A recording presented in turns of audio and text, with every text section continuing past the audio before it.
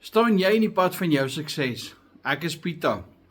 Dit is jou keuse of jy 'n besluit gaan maak, of jy 'n verandering in jou lewe gaan maak, of jy 'n aanlyn besigheid gaan hê, of wil jy werk vir 'n salaris.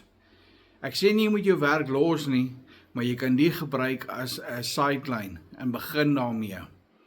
Dis jou keuse in die lewe. Dis net daai besluit wat jy moet maak en daai verandering wat jy moet maak. As jy bereid is om op te daag 3 keer per dag om 'n video te maak, kan jy 'n sukses van jou eie besigheid maak en jy kan dollars in Suid-Afrika verdien. Ek het daai besluit gemaak. Wil jy deel word daarvan? Dan stuur jy vir my daarso in die comments. Ek is reg. En dan bel jy vir my of jy WhatsApp vir my op hierdie nommer. En dan vertel ek vir jou hoe werk dit, hoe om gereed te wees vir jou eie besluite in die toekoms. Dankie, Pieter is uit.